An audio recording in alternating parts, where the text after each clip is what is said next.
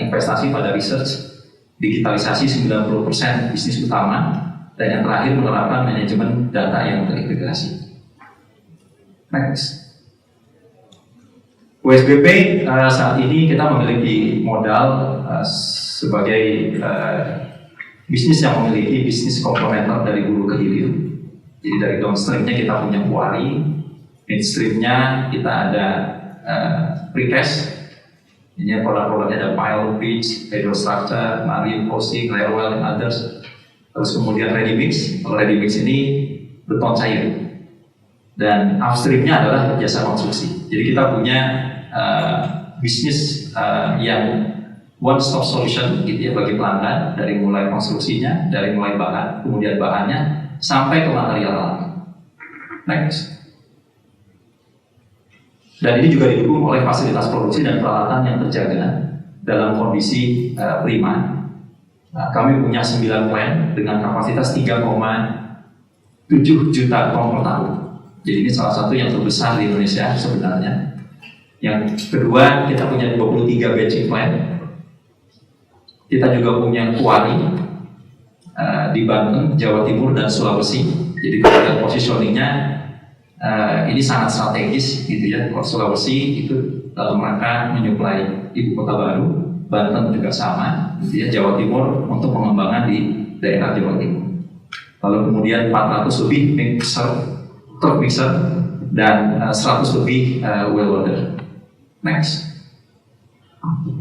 Dan WSBP juga memperbesar jaringan pemasaran untuk menjangkau basis pelanggan yang lebih besar, di mana kami di tahun ini membentuk beberapa tambahan di source area gitu ya, yang fokus sesuai dengan marketnya.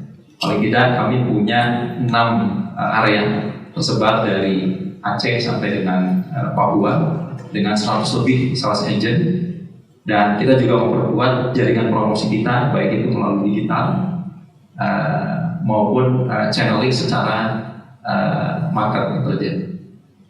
Next. Kedepan, WSBP menargetkan nilai kontrak baru tumbuh lebih dari 100% pada tahun 2023. Tahun lalu, kontrak WSBP di 1,5 triliun rupiah. Itu ada yang berbeda dari perolehan kontrak-kontrak WSBP di tahun 2022 dengan tahun-tahun sebelumnya, gitu ya, di mana WSBP kami sudah membentuk namanya Komite Manufaktur Infrastruktur.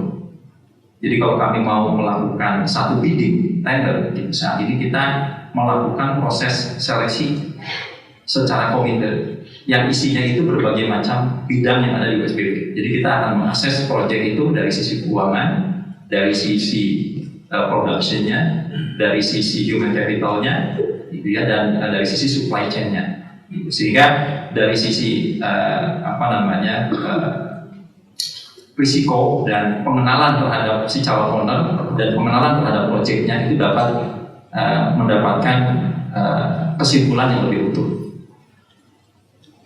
Dan kita juga rencananya akan fokus penetrasi pada pasar pemerintah, BUMN dan swasta, kemudian pengembangan produk baru dengan demand yang baik, masuk ke portofolio bisnis baru di bidang quarry, sewa alat, jasa konstruksi, tambang, dan plantation.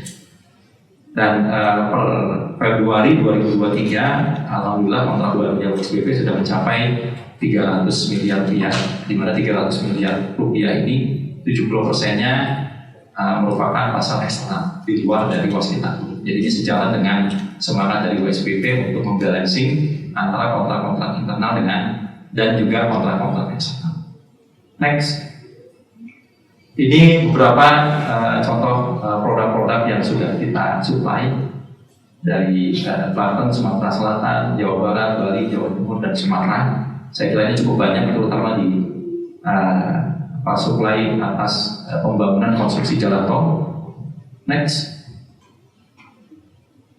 Dan rencana perolehan kontrak baru tahun 2023 senilai 3,8 itu kita juga sudah breakdown per masing-masing lininya. Rencana dari precast kita targetnya 1 triliun rupiah kontrak baru, ready mix 1 triliun rupiah, dan construction itu sekitar 1,8 triliun rupiah dengan target pendapatan usaha di tahun ini sebesar 2,3 triliun rupiah. Yang ini sudah kita breakdown per masing-masing segmen yang dimiliki oleh USBP. Next. Pendapatan usaha korporat ditargetkan tumbuh hingga 12%, dari 2 ke 2,3 dengan target laba bruto dari 280 miliar menjadi 300 miliar. Kami pikir untuk perusahaan yang baru selesai menyelesaikan restrukturisasi, target 20% sebenarnya sudah cukup moderat, gitu ya. Dan ini menurut kami adalah target yang sangat layak untuk bisa dicapai oleh USBP di tahun 2023. Next. Dan terakhir, proses transformasi yang disusun oleh manajemen rasanya tidak akan lengkap kalau misalkan kita tidak juga memperbaiki dari sisi tata kelola dan sustainability. Next.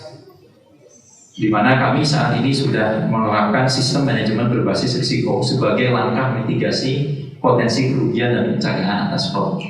Saya kira teman-teman media juga sudah paham betapa dalam 2 tahun terakhir kami mengalami loss yang luar biasa, gitu ya. Kemudian juga ada isu mengenai kasus legal, gitu ya, di USBP.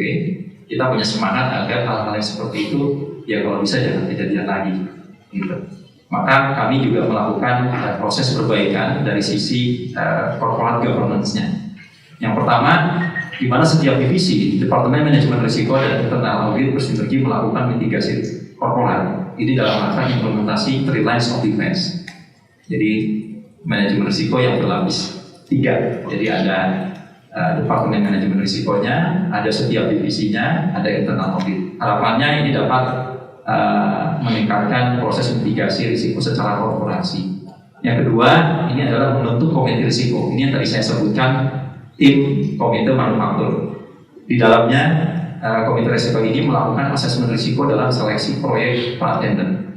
Jadi kita berupaya meminimalisir terjadinya piutang-piutang USBP, baik itu ke internal maupun ke eksternal perusahaan yang di kemudian hari mengalami kesulitan penagihan, gitu ya, karena ada dan sebagainya. Sehingga kami perlu memprofiling honor-honor yang kita miliki sedemikian hingga pada saat kita menagih, proses pencairan itu tidak lagi menjadi isu. Yang ketiga adalah compliance, yaitu penguatan kepatuhan terhadap seluruh peraturan dan prosedur, serta mengimplementasikan sistem reward dan punishment yang berat bagi setiap insan USBP. Ini artinya kita punya komitmen kalau nggak ngikutin prosedur, gitu ya, kita sudah siapkan sistem reward dan punishment-nya. Dan yang terakhir adalah digitalisasi proses bisnis utama untuk meningkatkan akuntabilitas dan efisiensi. Saat ini untuk proses internal SAP USBP sudah terintegrasi dari keuangan, produksi, human capital dan SCM-nya, gitu ya. Jadi secara reporting, proses penyusunan reporting itu menjadi lebih cepat, gitu, sehingga manajemen itu punya early warning system, gitu ya, untuk bisa melihat apakah tren yang terjadi ini lebih baik atau perlu dilakukan perkuatan-perkuatan. Dan alhamdulillah proses perbaikan ini sejauh ini masih berjalan sesuai dengan yang kami harapkan, gitu ya. Terbukti dengan beberapa pencapaian-pencapaian, di antaranya kemarin pada saat kita melakukan asesmen GRC, kita mendapatkan bintang 4 untuk top GRC Award 2022, paling tinggi itu 5, gitu. Jadi ini kita tinggal 1 step lagi, gitu ya. Tapi paling tidak dari 3 naik ke 1 dalam kondisi restrukturisasi itu sesuatu yang kami lihat trennya positif. Dan yang kedua, kita juga sudah melakukan proses asesmen GCG melibatkan BPKP dengan hasil baik, gitu. Artinya dari sisi pengelolaan governance-nya, baik itu melalui asesor pemerintah maupun asesor publik, dua-duanya menunjukkan indikator yang baik. Next. Dan kami juga memiliki komitmen terhadap kelestarian lingkungan dan keberlanjutan. Ini juga sebagai dukungan, ini juga sebagai komitmen dari manajemen, gitu ya, untuk berada dalam bisnis konstruksi yang green, manufaktur yang green. Yang pertama adalah inovasi produk berorientasi lingkungan. bagaimana WPP mengembangkan produk ramah lingkungan, minim limbah, seperti Spring WP, Instant Home, dan Instant Building. Yang kedua, menerapkan standar industri hijau. Kita sudah punya beberapa plan yang sudah tersertifikasi green statusnya. Salah satunya di Karawang, mengimplementasikan ketentuan standar hijau dalam proses produksi dan konstruksi. Dan juga tidak lupa kepedulian sosial lingkungan, mengalokasikan setidaknya 2% pendapatan. Ini sebagai anggaran tanggung jawab sosial perusahaan sesuai dengan Sustainable Development Goals.